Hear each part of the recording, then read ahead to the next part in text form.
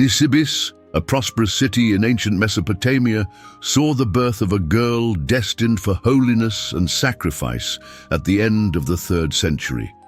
Baptized as Febronia, she followed a path unlike that of other children from a very young age. When she was only 2 years old, her parents, devout Christians, entrusted her to the care of her aunt, Abbess Brienne, who governed a convent of nuns in Nisibis. Thus, little Febronia was raised within the religious community, surrounded by hymns, prayers, and examples of virtue. She grew up detached from the distractions of the outside world, concerned only with adorning herself with virtues and pleasing her heavenly spouse, Jesus Christ. From childhood, she displayed a pure soul and a heart inflamed with love for God, enchanting everyone in the convent with her innocence and devotion. Brienne, her aunt and spiritual mentor, took great care in shaping her niece's character. To shield her from any temptation of the world, she imposed a strict discipline. Febronia was allowed to eat only once every 3 days and slept on a narrow wooden plank instead of a soft bed. This life of self-denial taught the young girl to direct her thoughts toward heaven and exercise control over bodily desires. Despite these severe ascetic practices, Febronia accepted them with serenity and obedience, understanding that each sacrifice brought her closer to God. Intelligent and dedicated, she absorbed the teachings of Scripture and the Christian faith. With ease, it did not take long for her to stand out among the sisters for her wisdom and spiritual maturity, far beyond her years. By the time she was about 18, Febronia was already admired for her radiant beauty and purity of soul. Combined with a captivating humility, she was entrusted with a special task in the convent. Every Friday, she would read and explain the Holy Scriptures to the other nuns. On these occasions, the entire community gathered to hear Febronia's gentle voice, reciting the sacred texts and sharing uplifting reflections. Her words deeply moved the sisters, who saw her almost as an angel because of the piety and grace with which she spoke. Febronia's reputation for holiness soon spread beyond the convent walls. Before long, even women from the city, wives and widows from noble families, requested to attend the young nuns' weekly readings. As a precaution, Abbess Brienne allowed visitors, but required Febronia to remain hidden behind a veil during the sessions. This ensured that her extraordinary physical beauty would go unnoticed, and prevented any distraction for the reader herself, who had never seen anyone outside the convent other than the nuns. From behind this veil, Febronia read with fervor, explaining the biblical passages with remarkable clarity, in a simple yet deeply touching manner. The words flowed from her lips with such love and conviction that they moved everyone present. One of the frequent listeners was Hieria, a young pagan widow from a noble family in the city. Intrigued by the nun's reputation, Hieria began visiting the convent on Fridays to hear Febronia. With each encounter, she felt her heart transforming. The wisdom, peace, and love that radiated from the young woman in religious habit deeply touched her. Over time, Hieria sought personal conversations and guidance from Febronia, who welcomed her with fraternal affection. Through Febronia's counsel and prayers, Hieria decided to embrace Christianity and received holy baptism, finding the faith her soul had long been searching for. Not only that, moved by the example of her new friend, Hieria convinced her own parents and relatives to convert to Christ. Thus, Febronia's childhood and youth unfolded within that sacred environment. While the Roman Empire outside endured turbulent times, within the convent of Nisibis, peace, prayer, and charity prevailed. Febronia flourished like a lily, sheltered from the arid desert around her, pure, strong, and filled with fervor. However, God's plans would soon lead her into trials that would test the depths of her faith and courage. The peaceful phase of Her life was about to be shaken by dramatic events that would make her known as one of the Church's most beloved martyrs. At the beginning of the 4th century, the winds of persecution blew fiercely against Christians throughout the Roman Empire. Emperor Diocletian, determined to restore pagan traditions, issued harsh edicts ordering the destruction of sacred texts, the closure of churches, and the public renunciation of the Christian faith under penalty of imprisonment or death. These reports soon reached Nisibis, spreading fear among the faithful.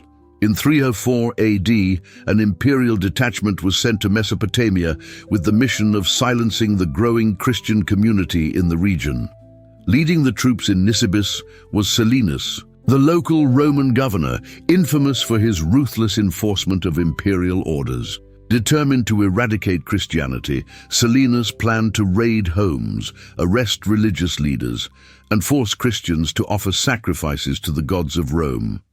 The once peaceful city of Nisibis, where pagans and Christians had coexisted with relative tolerance, now plunged into an atmosphere of tension and uncertainty. As soon as news spread of the approaching imperial forces, bishops, priests, and many believers fled to hideouts in the mountains or remote deserts. Fear of torture and death led to a momentary exodus of Christians from the city. The convent of Brienne was no exception. Most of the nuns, gripped by panic, abandoned the place and sought refuge, following the example of their spiritual leaders.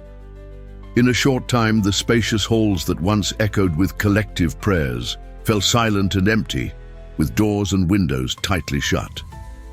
Only 3 women remained within that sacred refuge, defying the looming danger. Abbess Brienne, the elderly Sister Thomais, and the young Febronia.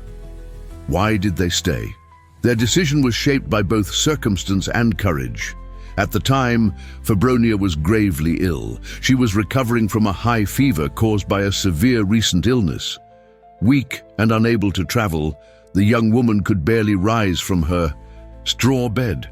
Her Aunt Brienne, torn between fear and love, refused to abandon her ailing niece. To her, it was unthinkable to flee and save herself, while leaving behind the child who had been entrusted to her care since infancy. With unwavering faith, Brienne declared that she trusted in God's protection and would remain by Febronia's side, no matter the cost. Sister Thomais, her trusted companion, made the same commitment, preferring to risk her own life rather than see the convent desecrated in the absence of any defenders. Thus, while their companions and spiritual leaders sought shelter, 3 women knelt inside the empty convent, praying fervently for God's protection. The night before the troops arrived was one of vigil and supplication. Brienne and Thomais, fully aware of what could happen, intensified their prayers and urged Febronia to remain steadfast in her faith. There was a very real fear that, being young and beautiful, she might be violated or pressured to deny Christ under torture. Gathered around Febronia's bedside, the 2 elderly women spoke to her with tenderness and gravity. They reminded her that Jesus was the true spouse of her soul and that he promised eternal life to those who remained faithful until the end. They also told her that if the moment of trial arrived, she must remember the vows she had made to God and never trade eternal glory for temporary relief. Febronia listened carefully, holding her aunt's wrinkled hands and feeling their love and concern. With a weak voice, she swore that she would never deny Christ, no matter what happened. Her eyes shone with a mixture of human fear and divine courage. Holding back tears, Brienne blessed her niece, tracing the sign of the cross on her forehead. All 3 of them were fully aware of the looming possibility of martyrdom and sought to strengthen one another in that decisive hour. At dawn, the sound of armor and voices speaking Latin echoed through the nearby streets. Soon, the convent's heavy wooden gate shook under the force of pounding blows before being violently broken down. Roman soldiers stormed the sacred property without hesitation. Some carried torches, others wielded swords, all wearing the gleaming emblem of the empire on their breastplates. Hearing the brutal invasion, Briane and Tomais embraced Febronia for a moment and whispered a final prayer. Then, gathering their courage, they stepped out to confront the intruders, hoping to protect the young woman. The two elderly nuns appeared in the courtyard, trembling but resolute, and announced to the soldiers that only servants of God lived there. The soldiers, however, searched every corner, ransacking the empty cells, the small chapel, and finally reaching the room where Febronia lay ill. There, they came upon the sight of the pale young woman lying on a simple cot, surrounded by the two elderly nuns, who instinctively spread their arms as if to block the soldiers' way. The troop commander looked around, surprised not to find more people. Instead of the dozens of fugitives he had expected to capture, he saw only two trembling old women and a frail young girl. For a brief moment, he hesitated. This kind of resistance was not common. One of the soldiers stepped forward with a torch, illuminating Febronia's face, and was struck by her beauty and the serenity she radiated even in sickness. "She's the one we must take," he said to his superiors, pointing at the young woman. Governor Silenus had ordered that no Christian virgin should escape, and she was clearly one. The soldiers decided to arrest Febronia and ignore the others, deeming the elderly women neither a threat nor valuable captives. Brienne clung to her niece's hand, refusing to let go, while Tomais protested, insisting that they take them instead.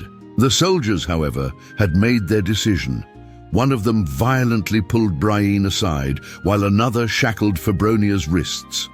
To ensure she could not escape, even in her weakened state, they also fastened a chain around her neck as if she were a dangerous criminal. Without much ceremony, they dragged Febronia outside. The young woman could barely steady her feet on the ground and felt dizzy, but she gathered what little strength she had to keep up with their forced pace. As she was taken away, she turned, her head back, seeking one last glimpse of her aunt and sister Tomai. The two women wept, raising their hands to the heavens in supplication. Brian murmured, "Lord, give her strength. Do not let her waver." That was the last image of love and support Febronia carried in her heart, before passing through the now wide-open gates of the convent, stepping into the unknown. Outside, the sun was already shining over the city, and small groups of onlookers peeked from street corners. Many knew that the Romans were hunting Christians. Febronia was placed onto a crude cart or litter, escorted by soldiers, and carried through the streets to the Praetorium, where Silenus held his court. It was a day of public trials. For the young nun, that short journey through the alleys of Nisibis was also her first true encounter with the outside world. For the first time, she saw strange men and women, market stalls, and statues of pagan gods at crossroads. The hum of a busy city surrounded her. Everything was new, unfamiliar, and hostile. Yet even in her terror, Febronia prayed continuously, in her heart, offering each moment of this trial to God. She clutched tightly the wooden crucifix that hung around her neck, drawing courage from it. She knew the true spiritual battle was only beginning. Febronia was soon brought before Silenus, the Roman governor of Nisibis, to be interrogated. The tribunal was held in a grand hall with towering marble columns, already filled that day with other prisoners and spectators. The news that a young Christian nun was to be judged had spread quickly, drawing a curious crowd.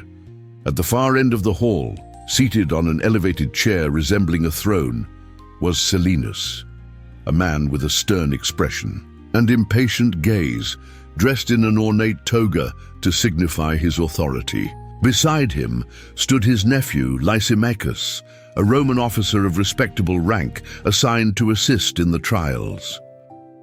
Lysimachus was a young man in his early 20s, with a noble bearing and a calm demeanor. Unlike his uncle, his eyes held a certain restlessness. perhaps even empathy. As Febronia, still in chains, was placed before the court, Silenus examined her with a calculating look, noting her youth and physical frailty. Assuming she would be easy to break, he turned to Lysimachus. "You question her first," he ordered, perhaps hoping to extract some information without having to intervene right away. Lysimachus nodded and stepped closer to the prisoner. His voice, surprisingly gentle for a Roman officer, broke the silence. "Tell us your name and your position, girl." Febronia took a deep breath. Despite the fear coursing through her, a strange peace settled over her as she reminded herself that she was not alone. Christ was with her. "My name is Febronia," she answered, her voice quiet but firm. "I am a servant of Jesus Christ, raised since childhood in the convent of Nisibis." As she spoke, her voice seemed to gain strength. She explained that she had dedicated her life to God as a consecrated virgin, and that, out of love for him, she lived in prayer and service. Lysimachus listened intently, and something in the sincerity of the young woman's words stirred him. In truth, Lysimachus harbored great sympathy for Christians. His late mother had secretly been a follower of Christ and had taught him about Jesus' teachings from a young age. Though he had not yet openly embraced the faith, he carried in his heart the seeds of compassion and justice instilled by his mother. Now, standing before this young woman so fearless in professing her faith, Lysimachus felt both admiration and pity. He continued questioning her, asking if she was aware of the imperial laws and the danger she was in. Febronia answered calmly that yes, she was fully aware, but that the greater danger would be to lose her soul by denying her Lord. Her words, spoken without arrogance but with profound conviction, echoed through the silent hall. Before Lysimachus could continue, Silenus, who had been watching impatiently, decided to intervene. Rising slightly from his chair, he fixed Febronia with a cold half-smile and said, "I have heard that you are highly esteemed by your sisters and even by the people of this city. It would be a shame to destroy such a young life. Let's settle this in a simple way." His authoritative voice commanded the attention of everyone in the room, and a tense silence followed. "Listen, girl," Silenus continued. "The emperor demands loyalty. Renounce your faith in this Christ. Just make a simple gesture of respect toward our gods, and all will be well. I offer you life, freedom, and even honor. You could marry and live in comfort." He paused briefly, before adding with calculated cunning, "In fact, I have already chosen a husband for you, my own nephew, Lysimachus. He is young, wealthy, and could make you happy. If you accept, you will have status and riches. What do you say?" At this, a murmur spread among the spectators. Many turned to look at Lysimachus, some with envy, others with curiosity, while the young officer blushed with surprise and discomfort. Febronia, too, was taken aback by the sudden offer of marriage, something utterly unthinkable for her. For a brief moment, her eyes met Lysimachus. He subtly shook his head, as if to indicate that he had no part in this scheme. Silenus waited, convinced that his proposal was irresistible to any young woman. The chance to save her life, gain wealth and social standing, and marry an influential man. But Febronia, recovering from the initial shock, felt an absolute clarity within her. She recalled her prayers, the words of Brian and Tomai, and most of all, the love of Jesus, her true spiritual spouse. With a serene voice that starkly contrasted with Silenus's sharp tone, she replied, "I desire neither riches nor earthly glory, for I already possess a far greater treasure stored for me in heaven. Nor do I seek any husband in this world, for my heart is already spoken for. I am betrothed to an immortal spouse, Christ, who has promised me the kingdom of heaven as my dowry." Her words were spoken with such simplicity and firmness that, for a moment, no one reacted. The impact of her declaration of faith and renunciation was profound. Many among the crowd were moved. It was extraordinary to hear a young woman reject life and wealth for the sake of loyalty to an unseen God. Some soldiers whispered among themselves, astonished by her courage. Lysimachus closed his eyes and exhaled, softly, impressed and secretly pleased by the prisoner's response, though he knew it would enrage Silenus. Indeed, the governor could not contain his rage. His face flushed red, and his lips trembled with fury. "Wretched, insolent girl," he shouted, rising abruptly from his seat. "How dare you so brazenly reject the mercy of Rome and the honor I have offered you? Will you truly trade your life for a mere illusion?" Febronia kept her eyes lowered in humble submission, but her upright posture made it clear that she was ready to face whatever came. This combination of humility and determination only infuriated Silenus further. With a furious roar, he shouted the order that many in the hall had feared. "If she will not renounce, then let her be tortured until she changes her mind, or until death." Immediately, the executioners, who'd been waiting in readiness, stepped forward. They were men hardened by cruelty, with harsh expressions and instruments of torment in their hands.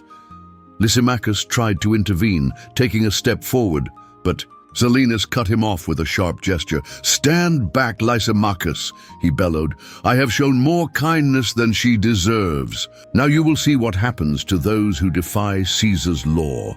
Febronia was then handed over to the executioners to be punished as an example to others. In an instant, the soldiers tore her tunic from her body, leaving her exposed and vulnerable before the crowd. Instinctively, the young woman tried to cover herself with her arms, overwhelmed with shame, but her wrists were quickly bound with ropes.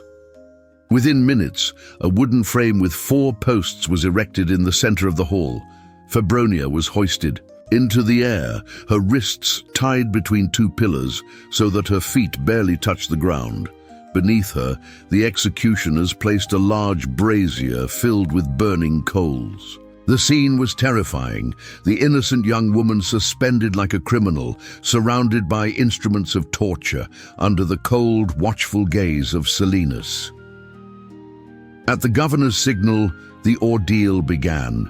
The executioners stoked the fire beneath her.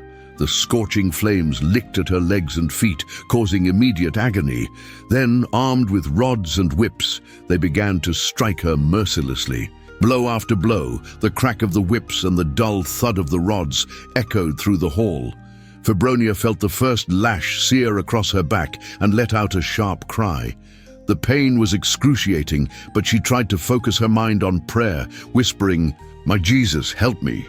My Savior, do not abandon me in this terrible hour." Every time she felt herself weakening, she thought of Christ on the cross and begged for strength to endure. The strikes grew more intense. Blood began to trickle down, her back and arms staining the stone floor beneath her. Even the crowd, accustomed to executions, showed signs of unease, for this was no common criminal, but an innocent maiden whose purity and resolve stirred their compassion. Yet Silenus watched every moment intently, searching for any sign of surrender. In her, as the torture grew more brutal, voices of protest began to rise from the spectators. Some men shouted for the punishment to stop, declaring that the girl had committed no crime. Women wept, horrified by the spectacle. "Stop! You're killing an innocent!" An elderly man at the front of the crowd cried out.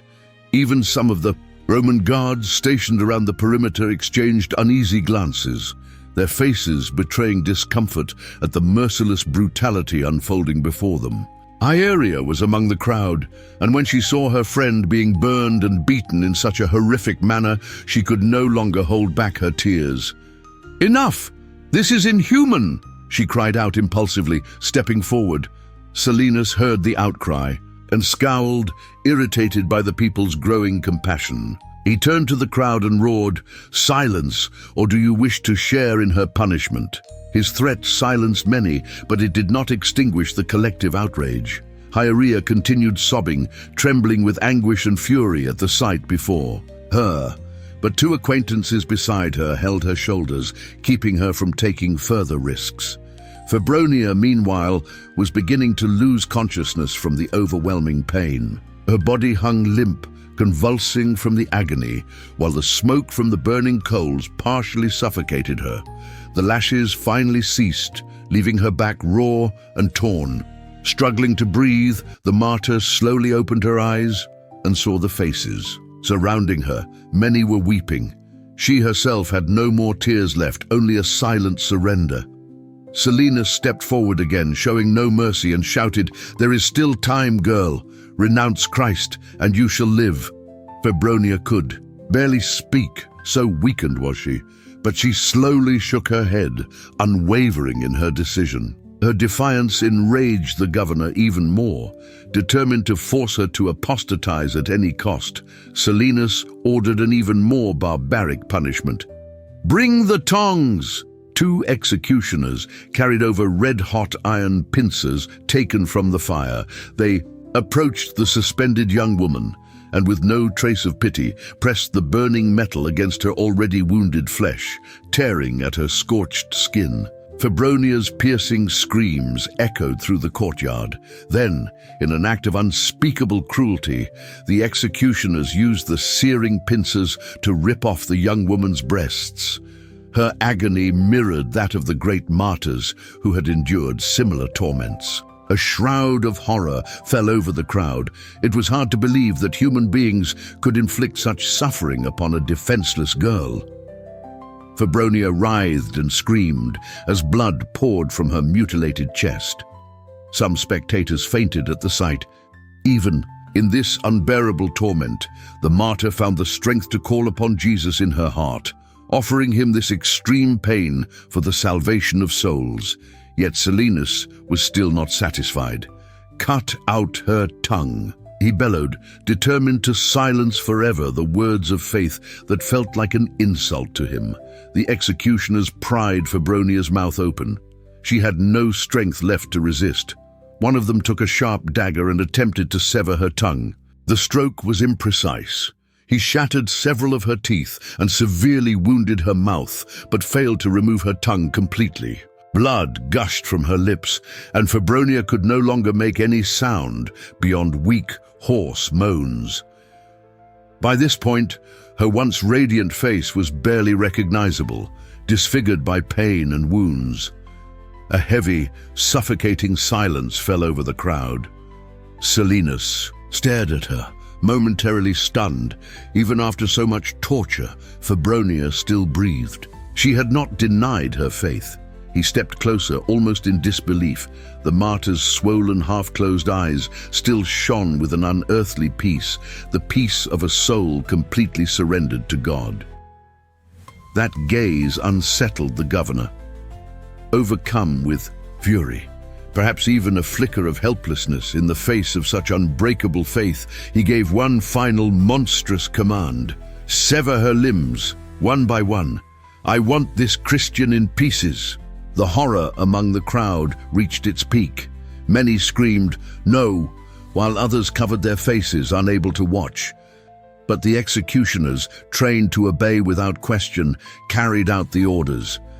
With sharp swords, they approached the young woman who hung there, already half-conscious. With a single stroke, Febronia's hands were severed, falling to the ground as blood spurted in torrents. Then her feet were cut off as well. Each severed limb was cruelly displayed, intensifying the shock and outrage of those watching. It was a nightmarish sight, the young woman still hanging, now without hands or feet, as life rapidly drained from her body in rivers of blood. For most of the spectators, this was the breaking point. The people could endure no more. Many turned away, unable to bear the gruesome spectacle. Some wept, others cried out to heaven for vengeance against such brutality. Among them, voices rose, in condemnation of Diocletian and his gods, denouncing the unspeakable cruelty they had just witnessed. Yet Hiaria remained, frozen in grief and unwavering in courage, refusing to abandon her friend in her final moments. With eyes locked on Febronia and a heart burning with fury, she longed to rush to her side, but knew she would be stopped. In an act of defiance, she raised her voice and rebuked Silenus publicly. Such monstrous cruelty! Even wild beasts would not act like this. God will judge you for this, Silenus. The guards quickly seized her, dragging her back and placing her under. What? Silenus turned back to Febronia. To his astonishment, she was still breathing, though barely. Her half-closed eyes seemed to gaze beyond that place, as if she were beholding a heavenly vision, one that brought her comfort in her final moments. Unsettled by the fact that she was still alive, the governor gave his last and most terrible order: cut off her head. In an act of grim mercy, the executioners lifted a heavy sword. With a swift, clean stroke, they decapitated Saint Febronia, ending her earthly suffering.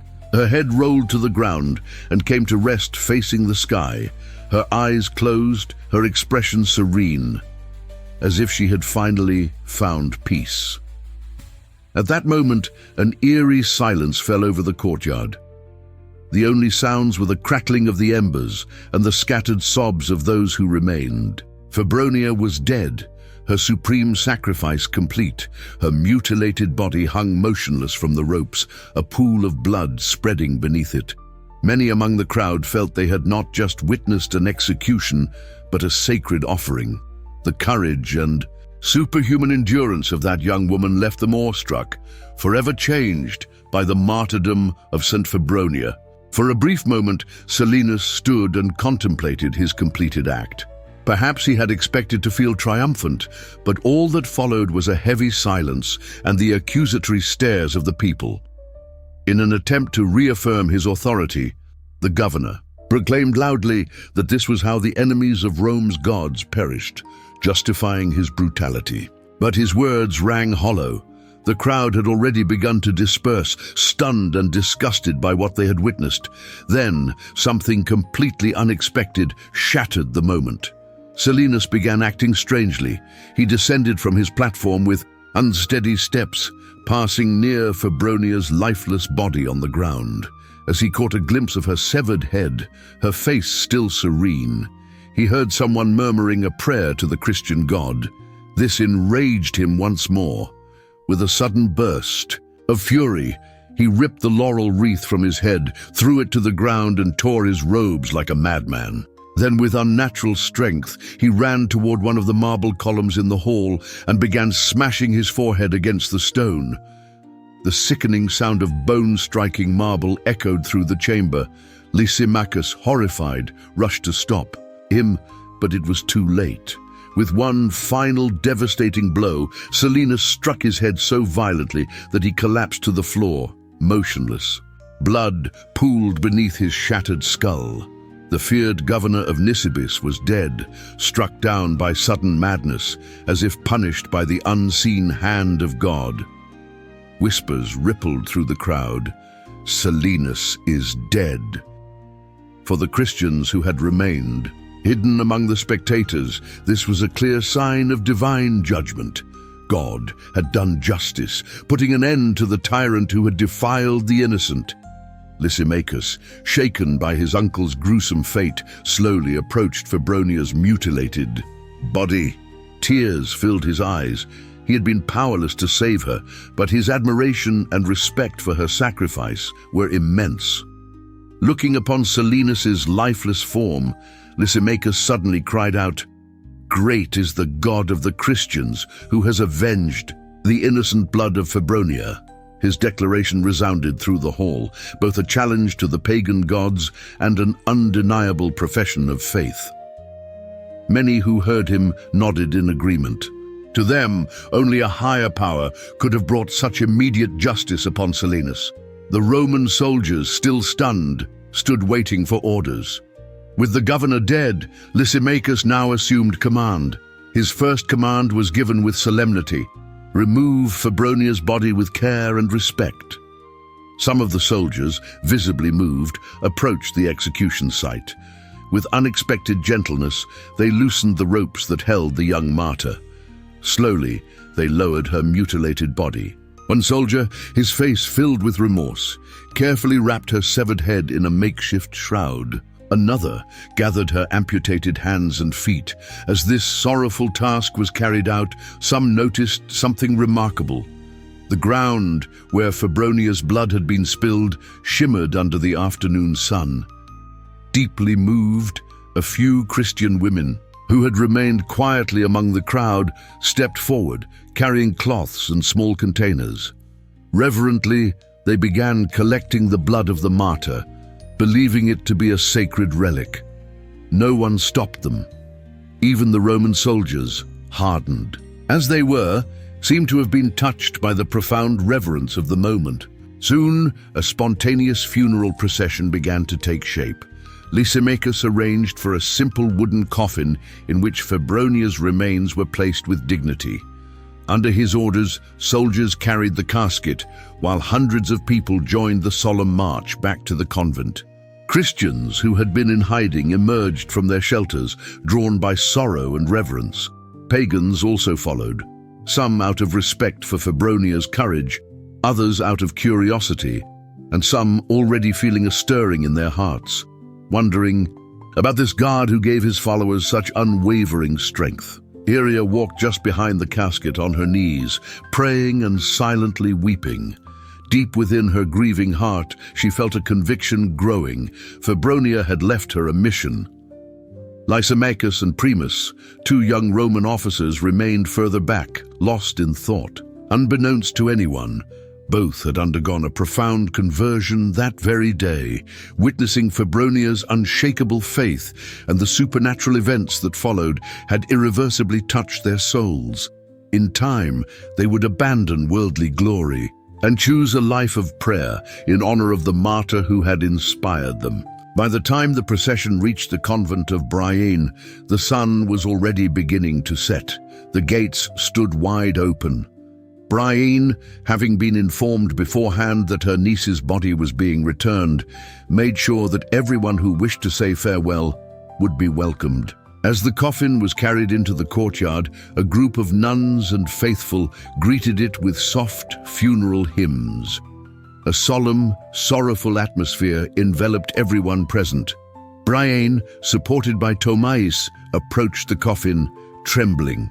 When the lid was lifted and she saw Febronia's mutilated remains, a piercing cry of anguish escaped her lips before she collapsed in grief. The sisters rushed to her side, fanning her and dabbing cool water on her face until she regained consciousness. The moment she awoke, she asked to see her niece again. Though still dazed, she summoned her strength and drew closer to Febronia's body. She gazed upon the pale, serene face, still framed by locks of hair matted with dried blood, the closed eyelids giving the appearance of sleep. Though she barely recognized in this vision the joyful girl she had raised, her heart swelled with sacred pride. Febronia had remained faithful until the very end, winning the crown of martyrdom. Tears streamed down her face as she bent over and kissed her niece's forehead in a silent farewell. Then, turning to the gathered crowd, she spoke, "Let everyone enter. Let all witness the work of God in his faithful servant." Brienne ordered that the convent doors remain open so that any who wish to venerate the holy martyr and glorify God for the strength he had given her could do so. Febronia's body was prepared for burial with the utmost care. Between solemn hymns and quiet weeping, the nuns washed every wound with clean water and anointed them with perfumes, following sacred burial customs. A funeral bier was arranged inside the convent chapel. A table was draped in white embroidered cloth, upon which Febronia's remains were carefully placed, her severed hands and feet arranged with reverence. Wildflowers from the convent garden were scattered over the coffin. The nuns dressed Febronia in a fresh, fragrant habit, a symbol of her purity restored in heaven. Though her body bore the marks of cruel suffering, her face now seemed peaceful, almost bearing a faint smile, like one who had finally achieved victory. Crowds of people passed before Febronia's body that night and throughout the following day. Men, women, the elderly and children, many of whom had never known her in life, approached in solemn procession, reverently touching the coffin or making the sign of the cross. Christians whispered prayers of gratitude to God for Febronia's example, while pagans marveled at the deep love and respect shown to her. Many felt an awakening within their hearts, a growing desire to learn more about this faith that produced such extraordinary souls. The women of the city in particular were deeply moved. Many declared that Febronia had crowned the female race with the beauty, purity, and strength she displayed in her struggle and sacrifice. Yeria's decision. Throughout the vigil, Yeria remained on her knees, praying and weeping silently. In the depths of her heart, she made a firm decision.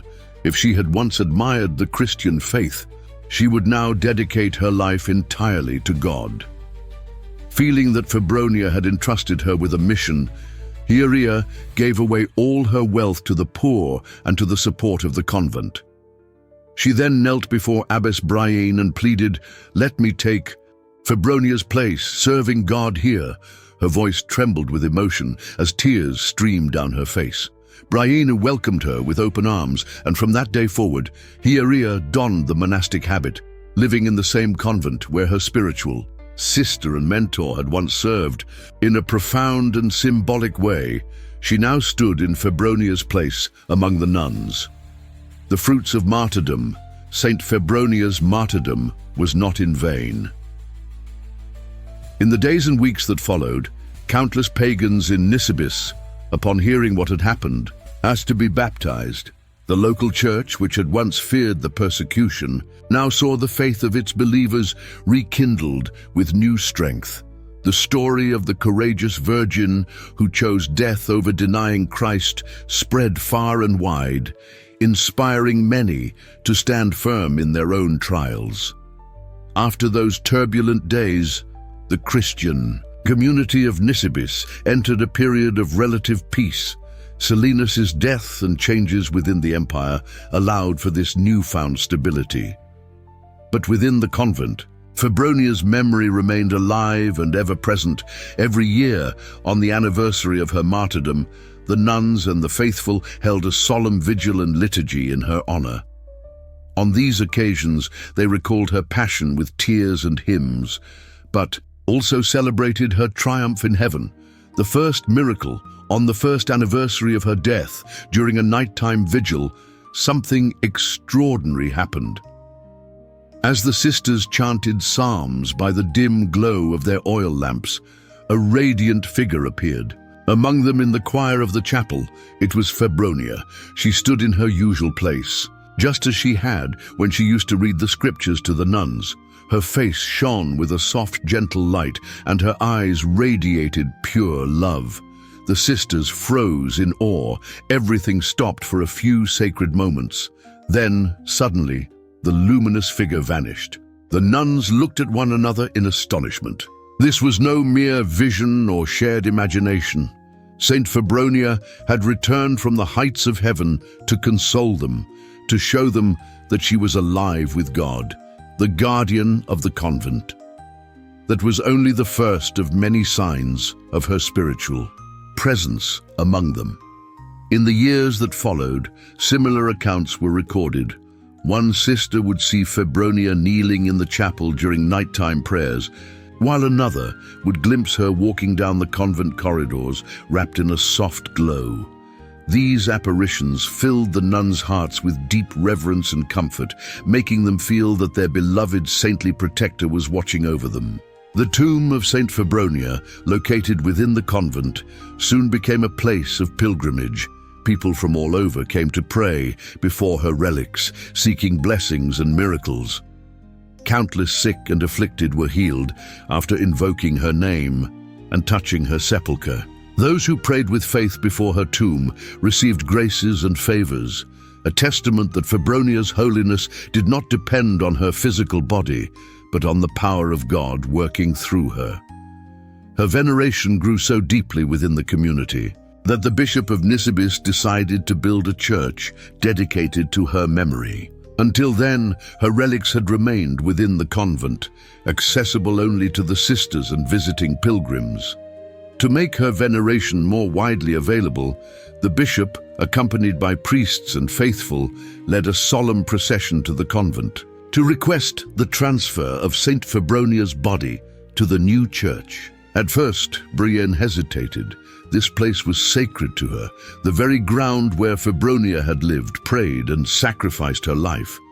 However, after much prayer and reflection, she understood that this request could be the will of God.